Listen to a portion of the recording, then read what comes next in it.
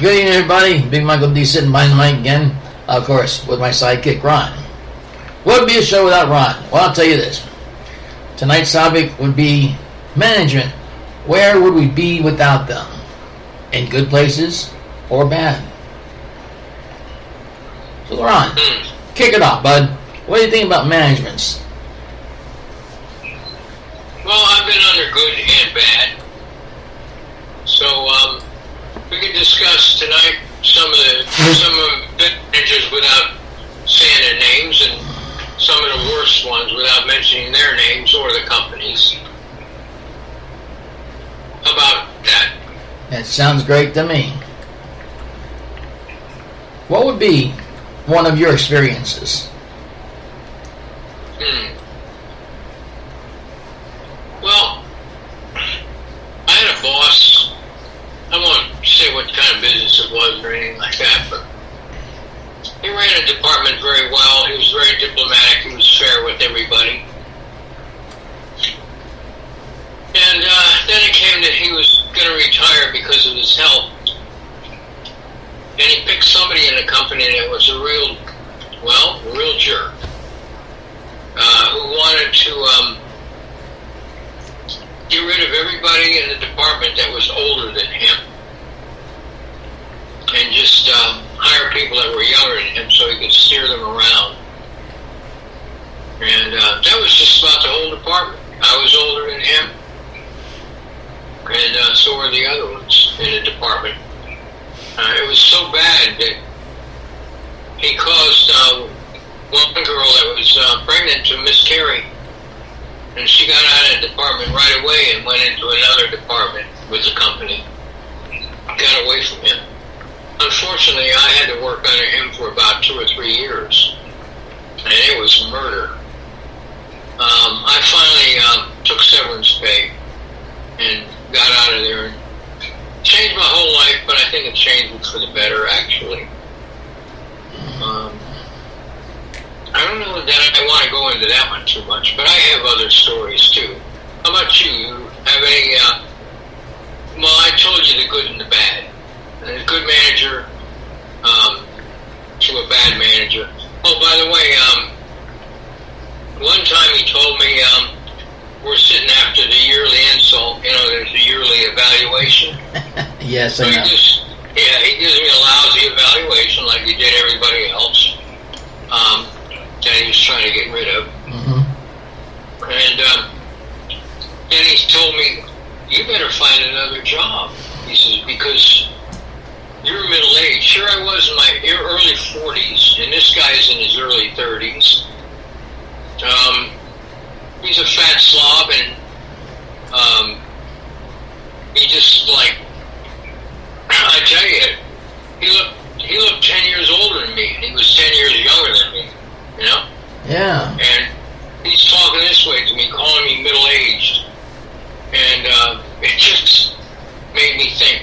I just said it right out loud to him. I says, you want to run around the building? You know, like, you want to race me?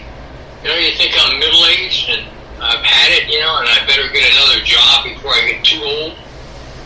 He says, I didn't mean that. I mean, you know, statistically, oh boy, I tell you, that company could have had a lawsuit because, you're not allowed to discriminate age, even at that time.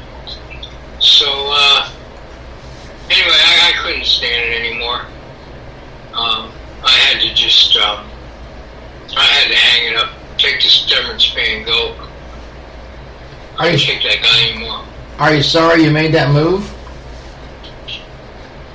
No, things happened that, I got probably... Afterward, I got one of the lowest paying jobs of my life, but it was the best job I ever had. I really liked it. I felt it was meaningful and everything. I had to go far away to get it, and I liked it. I have something more to say about that guy, but I just can't remember right now, and it was a very unpleasant memory. I think you remember the worst bosses better than you remember the good ones. Oh, of course you do. That's very true. I can remember every bad thing what they said about me. Oh yeah. One boss, I had weekends off because I had the seniority. But he comes in the department and he wanted to change everything around and give me different days off to where I couldn't even practice my religious beliefs, and I won't go into that, but he was going to make me come in when at the worst time, and I objected to it and told him that I had these beliefs that I wanted to keep, and I wanted to continue that day off. He could do anything else with me he wanted, but I just wanted that time off or that day off and everything. And he asked me directly when I'm in the office with him, why do you put yourself on a pedestal above God? I'm sorry, it wasn't that, but don't worry about it. I'll just correct it. He said, why do you put yourself on a pedestal above everybody in the department? That's what he said to me. And I just looked at him and I said, I think you're putting yourself on a pedestal above God. And boy, he wanted to jump over that desk and attack me. He was so angry. Wow. But the only reason I stuck it out with that job a good while longer, is because he was fired for fraternizing with married women in the company. You know, he was fired for that, and I won't go into all of that. But he had buddies that were to become my bosses after that, and he had buddies, and from the outside he was directing them to get rid of me as soon as they could. Well, it took them about, I transferred departments, and I stayed with the newspaper for a while. It was just crazy. But yeah, I've had good bosses and bad bosses. I'll remember the good bosses too. They were good. I'll always remember them. The thing is, the bad bosses are probably still alive today. The good bosses are all dead. Yeah, that kind of happens. You'd say the good die young, right? That's what they say, brother. But yeah, in some scenarios, let's hope not. So what are some of your experiences? I can remember this one outfit, Ron, that I used to work for.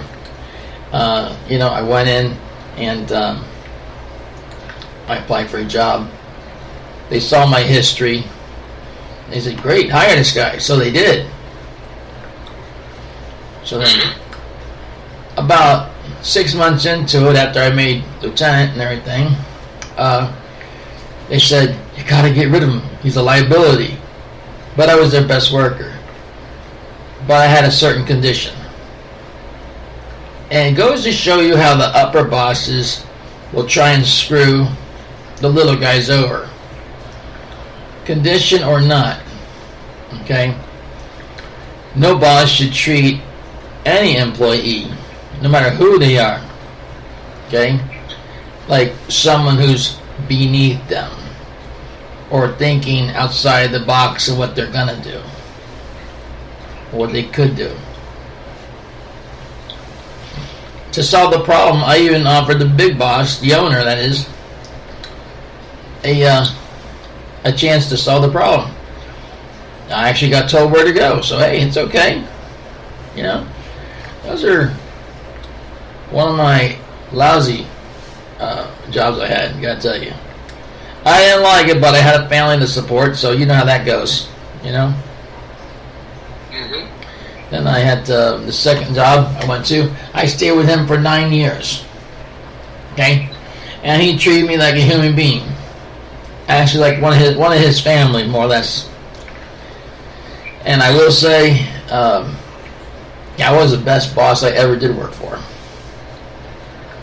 I probably would have been working for him till today, but unfortunately he was a very heavy smoker and he died. So, I was not very good at the end. But you know, there's one other story that I remember. I used to work at this restaurant. For legal purposes, I can't say what name it is. But I will say that I dropped a piece of chicken on the floor, on the dirty mats. Picked it up, threw it in the garbage can, and the manager at the time told me to pick the chicken up out of the garbage can and put it in the fryer. Well, yeah, this is really weird, but when I said, hell no, I wouldn't serve that to nobody. It's been on the dirty floor in the garbage can.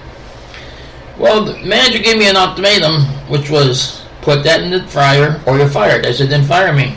So I'm not going to do it. Well, funny part being about this whole thing is I said, well, don't worry. Things will come your way soon enough. So I went home and I called the corporate office and the health and board of health. That was really weird. The lady lost her job the next day. But when you stop and think about it, nobody should have to go through that. But I worked enough in restaurants where there's a lot done behind the scenes people don't realize. You know? For sure. I won't mention no names and what they do, but let's just say it's not really cool. If you knew what they did, you'd never eat that food again. Yeah. Okay. Over to you, Ron. Can't blame me for not mentioning any names, but for legal purposes. But well, all my relatives and good friends know the names of those companies. I'll tell you that I worked for, where it was good and bad. As I said, the best job I ever had was a job where I went around on a van and was taking free blood pressures for people. And I liked that. And it was almost like voluntary work. And it just paid a stipend. But I just enjoyed it. It was meaningful. We were out there actually, in some cases, saving lives. But some of those people had high blood pressure. And they needed to see a doctor right away. And even if they didn't have high blood pressure, they were happy to know their blood pressure was normal. And so it was a good job. We used to hand out health literature and everything like that, help people keep healthier. And it was just a great job. Yeah. Sounds like it was like being a missionary, really, because our housing was taken care of, what we ate was taken care of, and we got a stipend. And it was good.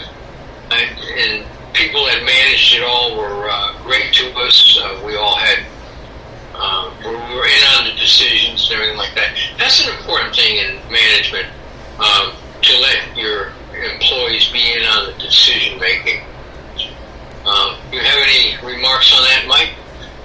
well, as far as employees going to be in on any major decision, they're always going to tell you that's an upper management decision. Sometimes a local store, a general manager makes the final decision there. But as far as letting the employees know, that will never happen.